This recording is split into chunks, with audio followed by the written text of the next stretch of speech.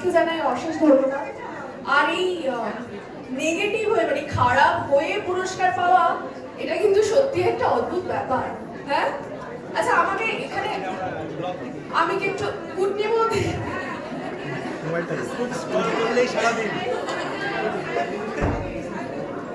আচ্ছা এখানে আমি একটু হাত তুলতে বলবো। আমাকে সিরিয়াল থেকে কতজন চেনে আর কুটনি বৌদি হিসেবে কতজন চেনে? এটা কি কুটনি বৌদির হাত না সিরিয়ালের হাত? কুটনি বৌদি। তাহলে কি সিরিয়ালটা করবো না বলছো?